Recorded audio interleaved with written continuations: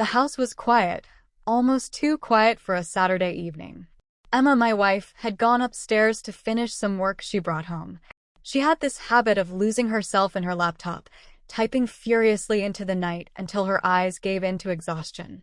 I didn't mind. We had been married for over 12 years, and somewhere along the way, I had learned to let her rhythms be her own. That night, however, something unusual happened. I went into the kitchen to fix myself a cup of coffee, just a small escape from the weight of the week, when I heard footsteps behind me. I turned, expecting Emma. Instead, it was Sophie, Emma's best friend. Now, Sophie had been around our lives for as long as I could remember. She and Emma had met back in college, and their bond was unshakable. Over the years, she had become like family, a constant presence at our dinners, birthdays, and quiet nights. She was the kind of person who walked into a room and filled it with warmth and confidence. But tonight, as she stood leaning against the doorway of my kitchen, her presence carried something different. "You always hide in the kitchen when it gets too quiet, don't you?" Sophie teased, her voice light, her smile sharp enough to suggest she knew me better than I thought. I laughed nervously, fiddling with the coffee machine. Someone's gotta keep the house caffeinated. Besides, Emma's upstairs, and I didn't want to bother her. Sophie stepped in, her eyes glinting in the warm light above the counter. Funny thing is, I was coming down here for the same reason. Needed some water, and maybe some company. The silence stretched. I felt the air shift, and for a moment, I wasn't sure what to say. Sophie had always been playful, but tonight, it felt heavier, like her words carried an undertone I wasn't prepared for. "Company," I echoed, trying to lighten the moment. She smiled, pulling a glass from the cabinet like she had done it 100 times before.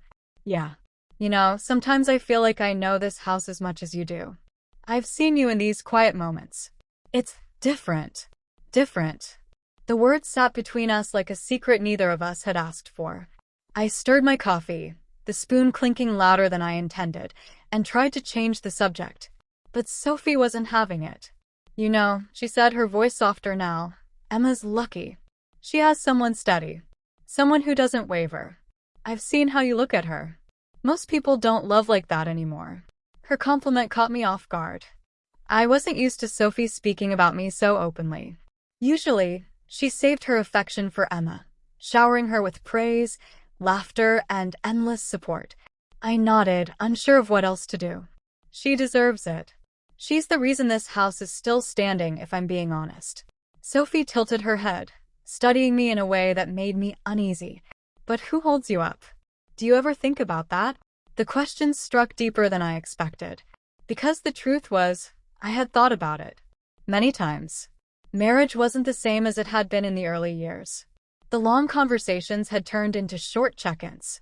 The sparks of spontaneity had dimmed into routines. And though I loved Emma more than anything, there were nights I wondered if she saw me the same way she once did. I opened my mouth to respond, but the words wouldn't come. Sophie seemed to sense that silence, that hesitation, and stepped closer. "You don't have to answer," she whispered. "I already know." The moment hung between us like a fragile thread. My heart raced, my mind screaming at me to step back, to leave the kitchen, to end this before it became something it wasn't supposed to. But my body betrayed me. I stood frozen, caught in the weight of Sophie's eyes. That's when Emma's footsteps echoed down the stairs. The thread snapped. Sophie quickly moved away, grabbing her water, her expression carefully neutral once again. By the time Emma entered the kitchen, smiling tiredly at the both of us, it was as though nothing had happened. But something had, and I knew it. The next few days were unbearable. Sophie lingered in my thoughts, not because I wanted her to, but because I couldn't shake off the unspoken words, the closeness of that night. I replayed it endlessly, torn between guilt and confusion. Emma noticed. She always noticed. One evening, she set her laptop aside and sat across from me at the dinner table, her gaze unwavering. "Something's off," she said simply. I swallowed, trying to play it cool. "Work stress. That's all." But she didn't buy it. "Is it Sophie?" Her question hit me like a lightning strike. "What? Why would you say that?" Emma's face softened, though her eyes remained sharp. Because I know her. And I know you. She has this way of pushing boundaries. She always has. And you're too kind to push back sometimes. Shame burned in my chest. Emma, nothing happened. I swear to you.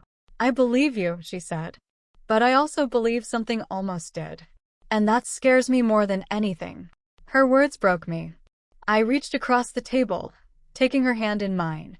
Emma, you are everything to me. I would never betray you. But you're right. Something about that night felt wrong. And I should have stopped it before it even felt like a possibility. I'm sorry. Tears welled in her eyes, but she squeezed my hand. I don't want to lose us.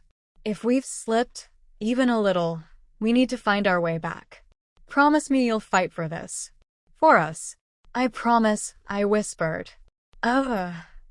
The weeks that followed became a journey of rebuilding. Emma and I talked, really talked, for the first time in years. We shared fears, hopes, and regrets we had buried beneath routine.